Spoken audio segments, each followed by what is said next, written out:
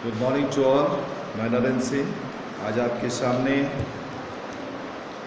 कविता उत्साह और अट महेंद्र जी, इसके कवि सूर्यकांत त्रिपाठी निराला हैं, का अर्थ सरल अर्थ भावार्थ से समझाने जा रहा हूँ। ध्यानपूर्वक सुनिए। उत्साह कविता में कवि ने क्या कहा है? अर्थरहित कविता में कवि अपने विचारों को प्रकट करते हैं क्या बोलता है। इससे पहले वाली क्लास में मैंने आपको मानवीय करुणा की दिव्य चमक फादर बुल्के के बारे में बताया था। ये पाठ को थोड़ा सा दोहराने के बाद आगे हम कविता को पढ़ेंगे। लेखक ने मानवीय करुणा की दिव्य चमक पाठ में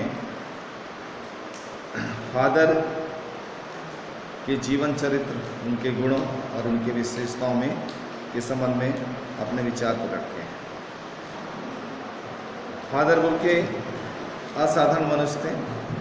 उनके मुख पर एक विशेष प्रकार की चमक थी। फादर की उपस्थिति देवदार की छाया जैसी लगती थी। उनका व्यक्तित्व देवदार वृक्ष की तरह विशाल था। उनका प्यार, उनके दिल में सभी के लिए प्यार और सम्मान की भावना थी। उनका हृदय हमेशा दूसरों की कल्याण भावना से ओतप्रोत रहता था। वे हमेशा दूसरों की कल्याण, दूसरों का भला करने के लिए तत्पर रहते थे। फादर बुल्के प्रेम, वात्सल्य, ममत्व और करुणा की मूर्ति थी। वे स्वयं कष्ट सहकर दूसरों के दुखों को दूर करने का प्रयास करते थे। उन्हें हिंदी भाषा की उपेक्षा पर बहुत दुख होता था। उन्होंने हिंदी के प्रचार प्रसार के लिए, उसे राष्ट्रभाषा बनाने के लिए अपना बहुत बड़ा योगदान दिया। उनका व्यक्तित्व इतना प्रभावशाली था कि जो भी एक बार उनके संपर्क में आता वे उनका भक्त बन जाता था। वे सच्चे कर्मयोगी थे और उनके जीवन से हमें कर्म करने की प्रेरणा मिलती है। उनके दिल में सबके लिए प्यार था, दया थी, सहयोग की भावना थी और हमें उनके जीवन से उनके जैसा जीवन जीने की प्रेरणा मिलती है। तो ये जो पाठ है मानवीय करुणा की दिव्य चमक, ये एक संस्मरण है, एक संस्मरण विधा है। जिसमें लेखक ने सर्वेश्वर दयाल सक्सेना जी ने इस पाठ में फादर कामिल बुल्के, उनका पूरा नाम था फादर कामिल बुल्के, के जीवन चरित्र, उनके गुणों, उनके विशेषताओं के बारे में वर्णन किया है। वे हिंदी के एक प्रसिद्ध विद्वान और महापुरुष भी थे। फादर बुल्के का जन्म बेल्जियम के रेफ्स चैपल नामक स्थान में हुआ था। उनके परिवार में 2 भाई थे, एक बहन और माता पिता थे। बड़ा भाई पादरी बन गया था, दूसरा भाई काम करता था। एक बहन थी जो स्वभाव से बहुत कठोर और जिद्दी थी। पिता और भाइयों के लिए उनके मन में कोई विशेष लगाव नहीं था, परंतु फादर बुल्के अपनी माँ को बहुत प्यार करते थे। वे माँ को बहुत याद करते थे। उनकी माँ की लिखी हुई चिट्ठियाँ को वे अपने अभिन्न मित्र डॉक्टर रघुवंश राय को दिखाया भी करते थे। भारत आने के बाद वे 2-3 बार अपने परिवार से मिलने बेल्जियम भी गए थे। इंजीनियरिंग के अंतिम वर्ष में पहुंचकर उनके मन में सन्यासी अर्थात पादरी बनकर भारत आने की इच्छा जागी। वे इंजीनियरिंग की पढ़ाई बीच में ही छोड़कर सन्यासी बनने के उद्देश्य से धर्मगुरु के पास गए और उन्होंने भारत जाने की शर्त रखी। भारत आकर फादर बुल्के ने 2 साल जिसे संघ में पादरियों के बीच धार्मिक शिक्षा प्राप्त की। वे 9-10 वर्ष तक दार्जिलिंग में पढ़ते रहे। इसके बाद वे कोलकाता में BA तथा इलाहाबाद में MA की पढ़ाई पूरी की। उन्होंने प्रयाग विश्वविद्यालय से राम कथा उत्पत्ति और विकास पर शोध प्रबंध कार्य किया। उन्होंने मातरलिंगम के प्रसिद्ध उपन्यास ब्लू बर्ड का नील पक्षी नाम से हिंदी में अनुवाद भी किया है। वे रांची में सेंट जेवियर्स कॉलेज में हिंदी और संस्कृत विभाग के अध्यक्ष भी रहे। यहीं पर उन्होंने अपना प्रसिद्ध अंग्रेजी हिंदी शब्दकोश भी तैयार किया जो आज भी बाजार में उपलब्ध है। उन्होंने बाइबल का हिंदी अनुवाद किया। फादर को हिंदी की उन्नति, विकास, प्रचार प्रसार की बहुत चिंता थी। वे हिंदी को राष्ट्रभाषा के रूप में देखना चाहते थे। उन्होंने हर मंच पर हिंदी के प्रचार के लिए आवाज़ उठाई। उन्हें इस बात का बहुत दुख होता था, कभी कभी उन्हें इस बात का बहुत दुख होता था कि हिंदी भाषा वाले ही हिंदी की उपेक्षा कर रहे हैं। तो हिंदी प्रेमी विद्वान होने के कारण से उन्हें इस बात का बहुत दुख होता था। वे हिंदी भाषा को राष्ट्रभाषा के रूप में देखना चाहते थे। वे हिंदी का बहुत सम्मान करते थे, हिंदी के समर्थक थे, हिंदी के भक्त थे। उन्हें हिंदी पर गर्व था।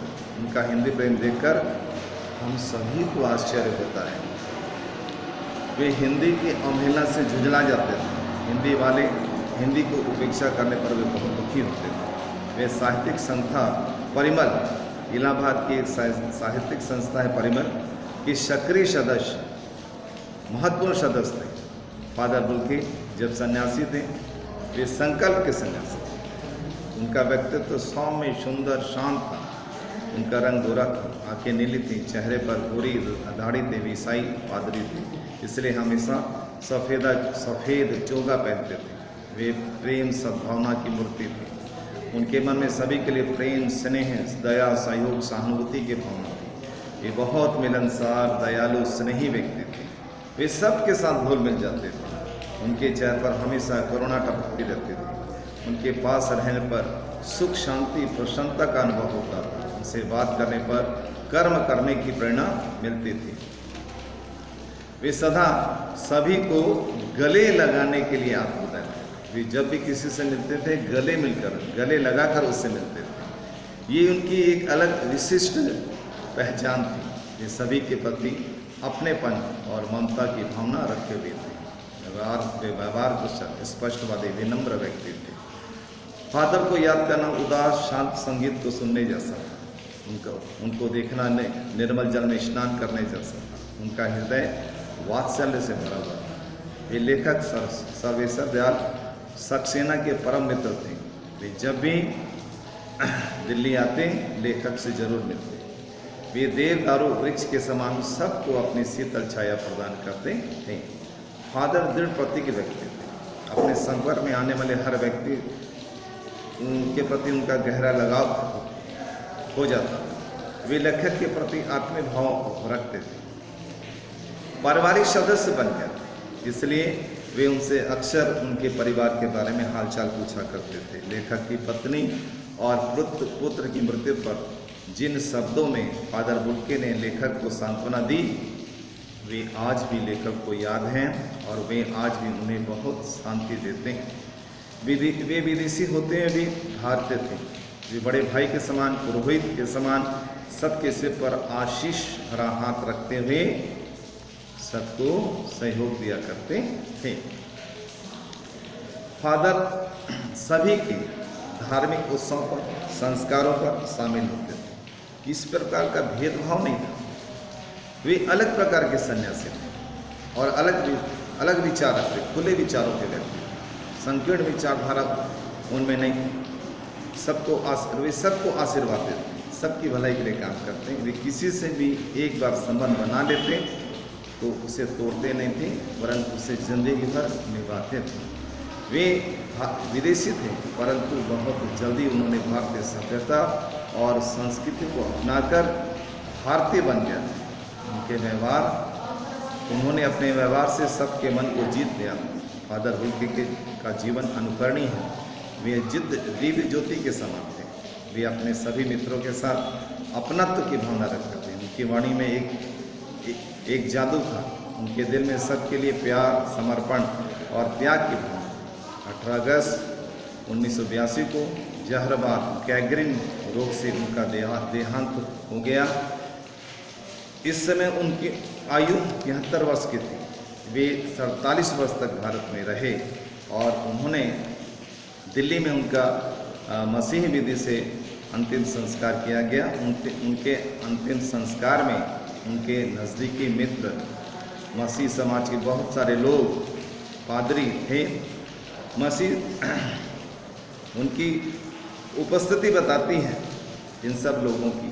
उपस्थिति बताती है वो कितने लोकप्रिय थे। उनकी अंतिम यात्रा में हजारों लोग शामिल थे।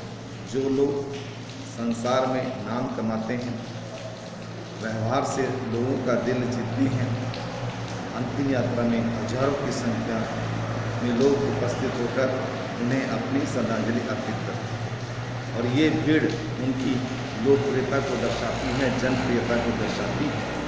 तो कभी फादर बुल्के ने कभी सोचा भी नहीं था कि मेरी अंतिम यात्रा में इतने लोग शामिल होंगे। तो इस प्रकार हजारों लोग शामिल होकर उनकी अंतिम यात्रा में शामिल हुए और उन्हें श्रद्धांजलि अर्पित की। इस प्रकार फादर बुल्के की याद को यद की पवित्र अग्नि के समान भी कहा गया है। तो इस प्रकार फादर बुल्के के पाठ के बाद अब हम आपको कविता, जिसका नाम है, जिसका शीर्षक है उत्साह, के बारे में बता दें। ध्यान से सुनिए। उत्साह, देखिए उत्साह ये जो कविता है इसके कवि हैं सूर्यकांत त्रिपाठी नेराला।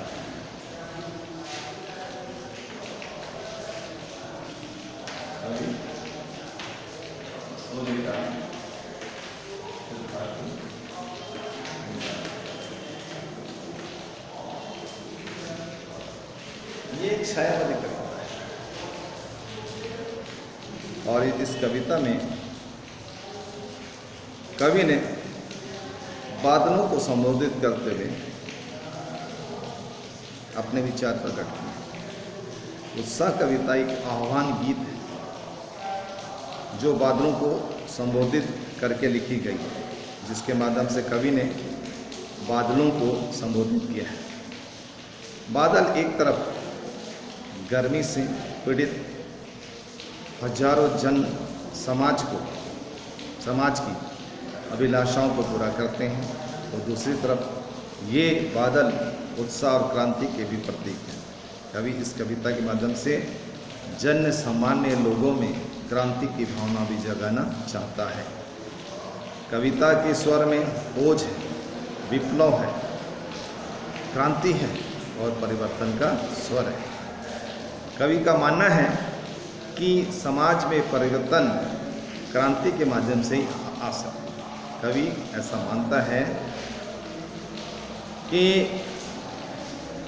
समाज में यदि क्रांति लानी है, समाज में यदि बुराइयों को दूर करना है, समाज में किसी प्रकार का परिवर्तन करना है, तो क्रांति के माध्यम से ही परिवर्तन किया जा सकता है। कवि इस कविता में कवि की कविता समाज में परिवर्तन लाने में सक्षम है। उत्साह कविता में बादलों से गरजने की कामना की है। आप गरजो, जोर से गरजो, आपकी आवाज गर्जना से उदासीन लोग उत्साहित हो जाए, ऐसा गरजो। कवि यहाँ बहुत सारे प्रतीक शब्दों का प्रयोग किया है, इसलिए कविता प्रतीकात्मक भी है। कवि ने बादलों को मानवीकरण भी किया गया है। इस कविता में मानवीकरण का भी भाव है। कवि ने बादलों को लोगों की आकांक्षाओं को, इच्छाओं को पूरा करने वाला बताया है। दूसरी तरफ उन्होंने क्रांति लाने वाला भी बताया है। इस कविता के माध्यम से कवि सामाजिक क्रांति और बदलाव लाना चाहता है। वह नव सृष्टि का निर्माण करना चाहता है, इसलिए बादलों को गरजने के लिए कह रहे हैं। बादल वर्षा करके पीड़ित, गर्मी से पीड़ित, ताप से पीड़ित प्यासे जन की आकांक्षाओं को पूरा करके उनके जीवन में आशा और उत्साह और नई चेतना का संचार करते हैं। बादलों के बरसने से संपूर्ण सृष्टि उत्साहित और आनंदित हो जाती है। बादल प्यासे पीड़ित जन की इच्छा पूरी करते हैं। बादल मनुष्य जीवन में क्रांति लाते हैं। बादल मनुष्य में उत्साह का भाव संचार करते हैं और उसे संघर्ष के लिए प्रेरित करते हैं। नवीनता और परिवर्तन लाने के संकेत देते हैं।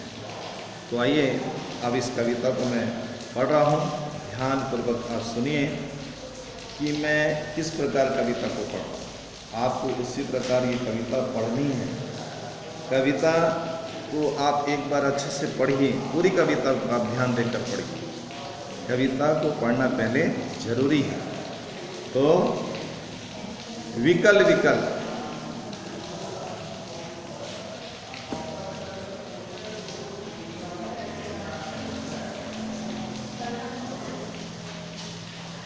उत्साह, कविता का नाम है उत्साह। बादल गरजो, घेर घेर घोर गगन, धराधर ओर, ललित ललित काले घुंघराले, बाल कल्पना के से पाले, विद्युत छवि उर में, विद्युत छवि उर में, कवि नवजीवन वाले, वज्र छिपा नूतन कविता, फिर भर दो बादल गरजो। फिर से बादल गरजो, घेर घेर घोर गगन, धराधर ओ, ललित ललित काले घुंघराले, बाल कल्पना से पाले, विद्युत छवि उर में, कवि नवजीवन वाले, वज्र छिपा नूतन कविता, फिर भर दो बादल गरज। पहले कुछ कठिन शब्दों का अर्थ हम बता रहे हैं। घोर, घोर यानी भयंकर, गगन आकाश, धराधर बादल, ललित सुंदर मनोरंजनकारी, विद्युत छवि यानी बिजली की सी शोभा वाले, उर यानी हृदय, वज्र यानी कठोर, वज्र एक हथियार भी है, भीषण है, नूतन यानी नहीं। तो बादल गरज, कवि बादल में क्रांति का स्वर सुनता है, वह उसके गड़गड़ाने स्वर में मोहित होकर कहता है, कवि उसके गड़गड़ाते स्वर पर मोहित होकर कहता है, वो बादल तुम खूब गरजो, कड़को गड़गड़ाओ तुम अपनी भयंकर गर्जना से, इस आकाश को घेर लो, तुम्हारे केश सुंदर काले और घुंघराले, तुम्हारे केश सुंदर काले और घुंघराले हैं, बाल कल्पना से विस्तार के सामने घने हैं, बाल कल्पना के विस्तार के सामने समान घने हैं। कवि बादल को कवि की संज्ञा देता है, कवि के रूप में देखता है और कहता है, तुम अपने हृदय में बिजली जैसी चमक, बिजली जैसी शक्ति छुपाए हुए हो, बिजली रूपी शक्ति को छुपाए हुए हो। बादलों के अंदर बिजली रहती है, बादल के अंदर बिजली विद्यमान होती है, बिजली की चमक उसके अंदर छिपी रहती है। तो तुम अपने हृदय में बिजली सी चमक छिपाए हो, हैं, और वैसे ही बादल को ही कवि के रूप में देखा गया है। संसार में नया जीवन लेने वाले ओ कवि, तुम अपनी भावनाओं में वज्र छिपाकर समूचे संसार में जोश का पौरुष स्वर भर दो, बादल गरजो। अर्थात यहाँ पर बादलों को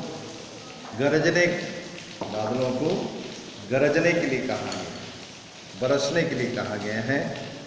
कवि निराले जी ने उत्साह और क्रांति के कवि हैं ये, और बादलों को संबोधित करते हैं, हे बादल संपूर्ण आकाश को घेर कर, तुम संपूर्ण आकाश को घेर लो और भयानक गर्जना करो, शोर करो, आवाज़ करो और बरसो, जोर से बरसो।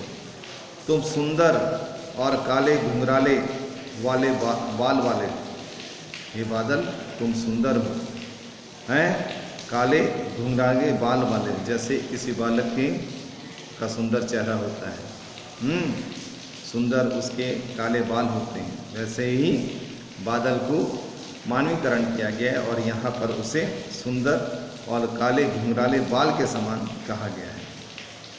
तुम बाल कल्पना लिए हुए हो, तुम्हारे हृदय में बिजली की चमक है, तुम नया जीवन देने वाले हो। बादल जब बरसते हैं तो गर्मी से, तपन से जलती धरती को ठंडा पानी जब मिलता है आकाश से, तो वो ठंडा पानी तपती ज़मीन को और गर्मी से, तपन से परेशान लोगों को नया जीवन जैसा मिलता है। तो हे बादल, तुम संसार को नया जीवन देने वाले हो।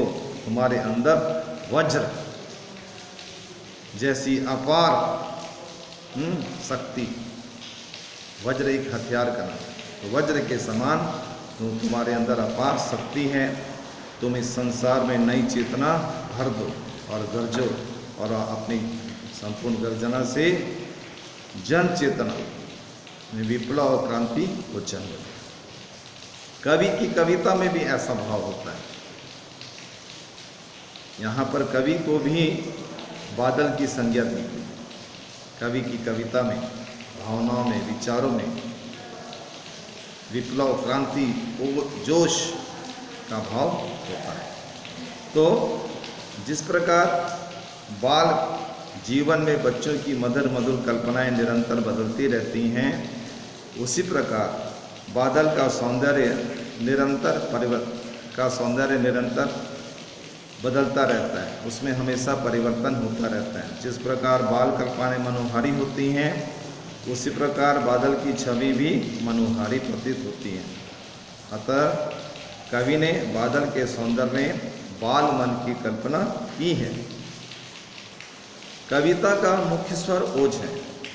कवि अपनी ओजस्ता से जन चेतना, जन सामान्य में क्रांति लाना चाहता है। वह बादल में संपूर्ण आकाश घेर लेने के लिए, वो बादल को संपूर्ण आकाश को घेर लेने के लिए कहता है। बादल के हृदय में विद्युत छवि, विद्युत रूपी शक्ति विद्यमान है, उसमें चमक है। तो कवि की कविता में भी वैसा ही परिवर्तन लाने की क्षमता है। समाज में परिवर्तन लाने के लिए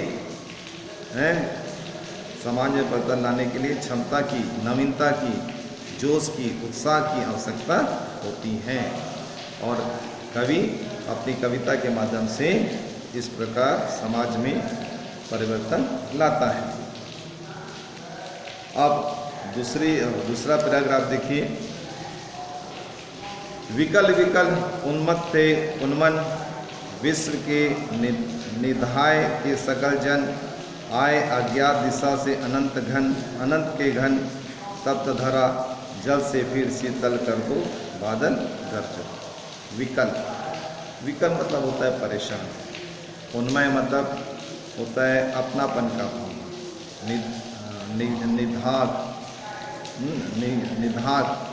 निधाक का अर्थ है गर्मी। सकल यानी सब, संपूर्ण। अज्ञात यानी जिसका कुछ पता न हो। अनंत जिसका अंत न हो। घन यानी बादल। तप्त यानी तपती हुई। धरा यानी धरती। शीतल यानी ठंडा। तो कवि के अनुसार गर्मी से परेशान मनुष्य अनमने हो गए। बादल वर्षों को और संपूर्ण संसार को और संसार में रहने वाले लोगों को और इस धरती, गर्मी से तपती इस धरती को शीतलता प्रदान करो। कवि कहता है कि हे बादल, कितने वर्षों, कितने गरजों कि संपूर्ण विश्व, संपूर्ण जन उदासीन, संपूर्ण जन आनंदित हो जाए, इस शीतलता का अनुभव करें। ऐसे समय में आकाश में अज्ञात दिशा से आकर गर्मी से तपती धरा में बरसकर सबको शीतल करो। बादल अज्ञात दिशा से आते हैं, किसी भी दिशा से आ जाते हैं। बादल खूब बरसो, खूब झड़को, खूब गरजो, ताकि गर्मी से पीड़ित सभी सुख का अनुभव करें और सभी को परिवर्तन का आभास हो। तो इस प्रकार हम देखते हैं कि बादल के ना बरसने से लोग बेचैन हैं, व्याकुल हैं, गर्मी बढ़ गई है। और कहीं भी उन्हें चैन नहीं आता है। भयंकर गर्मी के कारण सारी धरती जलती हुई प्रतीत होती है। भीषण गर्मी से लोग व्याकुल हो जाते हैं। इसलिए कवि दूसरे पैराग्राफ में बादल को गरज कर बरस कर लोगों को शंका संसार को शीतलता प्रदान करने के लिए कहता है। कवि बादल को जोर से वर्षा कराने का अनुरोध करता है, क्योंकि भयंकर गर्मी के कारण मनुष्य तथा धरती के अन्य प्राणी व्याकुल हो गए हैं। बादलों के जोर से मूसलाधार पानी गिरने से धरती की गर्मी जो है वो कम हो सकती है और लोगों को बेचैनी से राहत मिल सकती है। तो कवि ने बादलों को अनंत का घन कहकर संबोधित किया है, क्योंकि बादलों का कोई अंत नहीं, वे अंतहीन होते हैं। बादल जो है अनंत यानी ईश्वर की कृति। बादल के आने की कोई निश्चित दिशा नहीं है, वे किसी भी दिशा से आकर आसमान में छा जाते हैं। तो इस प्रकार हम देखते हैं कि उत्साह कविता में कवि ने बादल के माध्यम से अपने मन के विचारों को भी व्यक्त किया है। उत्साह कविता एक छायावादी कविता है। इसमें बादलों के माध्यम से मानव में उत्साह का संचार किया गया है।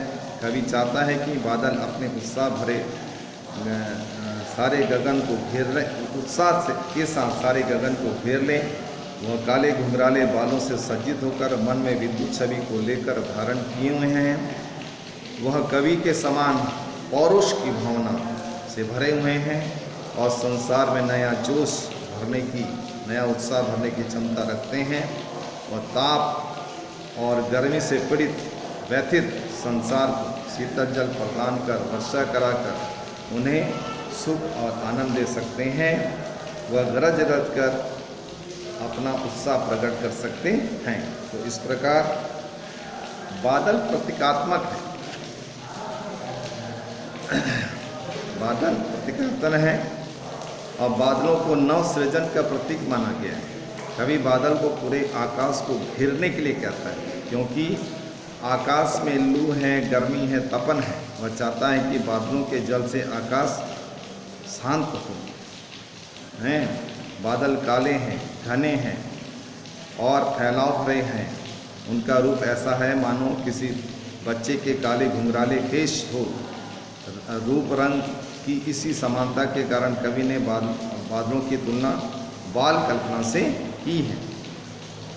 तो विश्व के सभी लोग व्याकुल हैं, अनमने हैं, वे भीषण गर्मी से, तपन से दुखी हैं। कवि बादल से प्रार्थना करता है कि गर्मी से तपती धरती पर खूब बरसे और उसे शीतल कर दें। गर्मी से तपती हुई धरती को शांत कर दें, लोगों के दुखों को दूर कर दें। जल का अर्थ यहाँ पर सुख शांति से। तो विश्व के सभी लोग भीषण गर्मी और तपन के कारण व्याकुल और उन्मन्न है। कवि बादलों को ईश्वरीय सृष्टि की देन, यानी ईश्वर ने बादल को बनाया, आकाश में दिखाई देने वाले कहना चाहता है। गर्मी से जनजीवन व्याकुल हो उठा है। कवि ने बादलों को बरसने के लिए आह्वान किया है। कवि बादलों को क्रांति का सूचक मानता है, इसलिए वह उसे शक्तिशाली स्वर में गरजने के लिए कहता है। तो यहाँ पर हम देखते हैं कि कवि बादल को संपूर्ण आकाश में घेरने के लिए कहता है। आकाश में सब और तपन, लू और गर्मी है। कवि चाहता है कि बादल इन सब को मिटाकर सबको शीतलता प्रदान करें। कवि को आकाश में बादल घुंघराले केश वाले तथा नव उत्साह को भरने वाले जैसे प्रतीत होते हैं। तो इस प्रकार इस कविता में कवि ने बादलों के माध्यम से संपूर्ण सृष्टि के लोगों में उत्साह की भावना जगाई है। कवि बादलों को क्रांति का दूत मानता है और उनसे आह्वान करता है। वे चाहते हैं कि बादल पूरे उत्साह के साथ आसमान में छा जाए और घोर गर्जना करते हुए लोगों के सोए मन में क्रांति का स्वर फूंक दें। कवि जहाँ एक और बादलों को कल्याणकारी रूप में देखता है और कल्याणकारी रूप के रूप में वह धरती का ताप हरने वाले उन्हें बताया है, वहीं दूसरी ओर बादलों को क्रांति लाने का आह्वान भी किया है ताकि लोग क्रांति लाने के लिए उत्साहित हो जाएं। तो इस प्रकार इस कविता के बाद हम दूसरी कविता आपको बताने जा रहे हैं, अट नहीं रही है।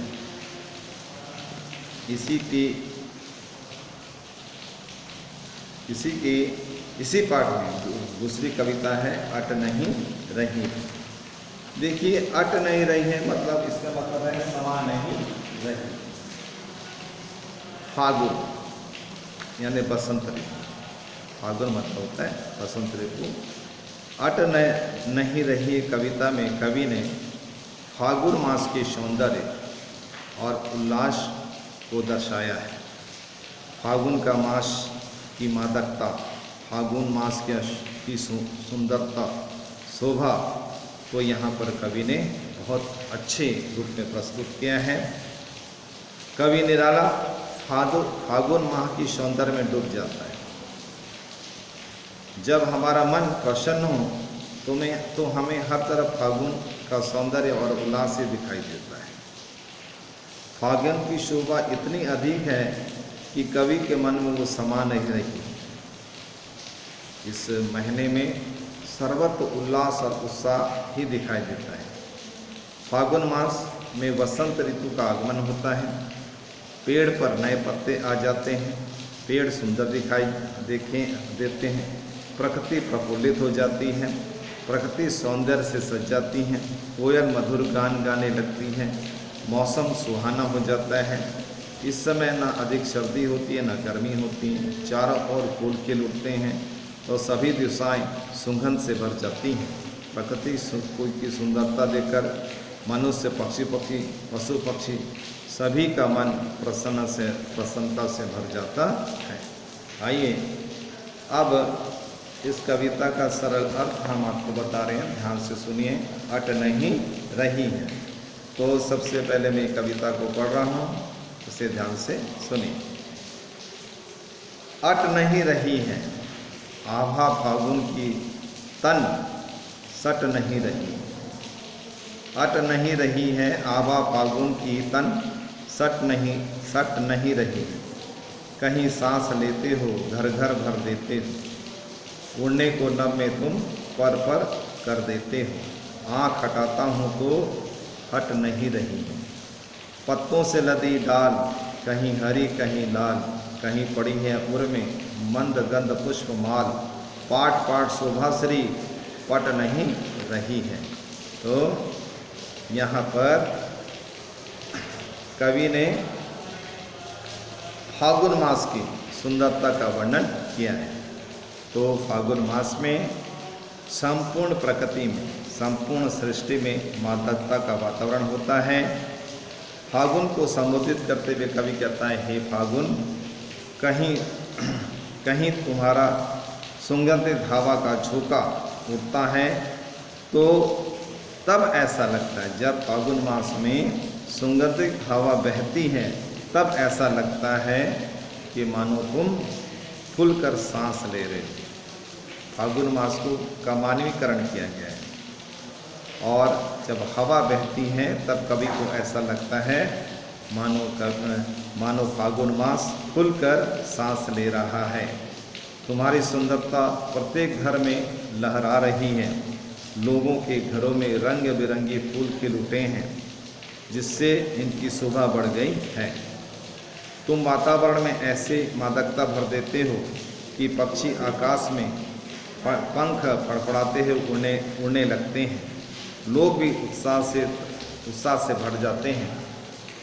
कवि फागुन से कहता है, तुम इतने सुंदर हो कि तुम्हें निरंतर देखने के बाद भी मेरा मन नहीं भर रहा है। मैं तुम्हारे सौंदर्य पर से आँख हटाना चाहता हूँ, परंतु मेरी आँखें हट नहीं रही हैं। फागुन में वृक्षों पर लदे नए पत्ते, कहीं हरे हरे पत्ते उगाए हैं, कहीं लाल पत्ते उगाए हैं, कहीं वृक्षों के गले में मंद मंद सुगंध वाले फूल माला दिखाई पड़ रही हैं। मतलब ये है, किसी वृक्ष पर सुगंधित फूल उगाए हैं, जगह जगह पर सौंदर्य राशि इतनी अधिक खिली है कि वो समा नहीं रही हैं, वह सब जगह प्रकट हो रही है। तो फागुन मास की शोभा ऐसी मोहक होती है कि कवि की आँख उस पर से हटती नहीं, कहीं पर सरकती नहीं है। कहीं डालियाँ पत्तों से भरी हैं, कहीं सुगंधित फूलों की बहार है, सब तरफ प्रकृति की शोभा ही शोभा है। तो फागुन में फागुन की शोभा मानव को बहुत प्रभावित करती है। फागुन मास में पेड़ पौधे हरे भरे हो जाते हैं, उन पर लाल पत्ते हरे पत्ते आ जाते हैं, पेड़ों पर सुगंधित फूल आ जाते हैं। फागुन द्वारा शेष सांस लेने का अर्थ है हवाओं का चलना। फागुन मास में जो हवाएं चलती हैं उनको देखकर ऐसा लगता है मानो फागुन सांस ले रहा हूँ। फागुन मास में वृक्षों पौधों की शोभा निराली होती है। वे खुशी से आनंद से लहराते हैं, उनकी शोभा अद्वितीय हो जाती है, देखने लायक हो जाती है। इस प्रकार अट नहीं रही है कविता में वसंत ऋतु या यूँ कहें फागुन मास की शोभा का वर्णन किया गया है। फागुन मास प्रकृति में जो परिवर्तन होता है और सौंदर्य नजर आता है, उसको यहाँ पर कवि ने बताया। यह शोभा ऐसी लगती है मानो धरती में नहीं समा रही। इतनी अधिक शोभा है कि वो कवि के दिल में भी नहीं समाती और धरती में भी नहीं समाती। कवि ने फागुन मास को मानवीकरण करते हुए कहा है कि फागुन में चलने वाली तेज हवाओं से ऐसा लगता है मानो फागुन मास सांस ले रहा है, जिससे धरती का कोना कोना भर उठा है। मानव मन में नई नई कल्पनाएं पनपने लगती हैं, उमंगें जागने लगती हैं और आकाश में उड़ने को व्याकुल हो जाता है। फागुन में पेड़ों पर नए पत्ते आ जाते हैं, कहीं लाल तो कहीं हरे पत्तियों से पेड़ लद जाते हैं। उन पर आए सुगंधित फूल उनके गले में पड़ी माला जैसे दिखाई देने लगते हैं। ऐसे अद्भुत सौंदर्य को देखकर कवि का मन तृप्त नहीं होता। चारों ओर यह शोभा बिखरी पड़ी है और वो कवि के हृदय में नहीं समा रही। इस प्रकार इस कविता में हम देखते हैं कि फागुन की जो शोभा है, सुंदरता है, उसका वर्णन है। और यहाँ पर इस शोभा को अद्वितीय कहा है। तो इस प्रकार ये कविता का अर्थ है। अब आपके पास जो भी गाइड बुक उपलब्ध है उसको निकालिए और इस दो कविता का अर्थ को पढ़िए और समझने का प्रयास कीजिए। उम्मीद है हमारे समझाने के बाद आप जब पढ़ेंगे तो आपको अच्छी तरह समझ में आ जाएगा। फिर भी समझ ना आए आप 2 बार पढ़िए, 3 बार पढ़िए, फिर भी समझ में न आए तो जब हम स्कूल खुलेगा तब हम आपकी समस्या का समाधान करेंगे। लेकिन अभी आप 3 बार पढ़कर उसको समझने का प्रयास कीजिए और इसके प्रश्नोत्तर को बनाना है। 10 प्रश्नोत्तर आप बनाते चलिए। जो पाठ हम पढ़ा दिए उस पाठ का प्रश्नोत्तर गाइड बुक से आप लिखते चलिए और जब स्कूल खुलेगा तब हम देखेंगे। इसके बाद हम एक नई कविता को लेकर आपके सामने फिर आएंगे। फिलहाल हमको इजाज़त दीजिए। नमस्कार।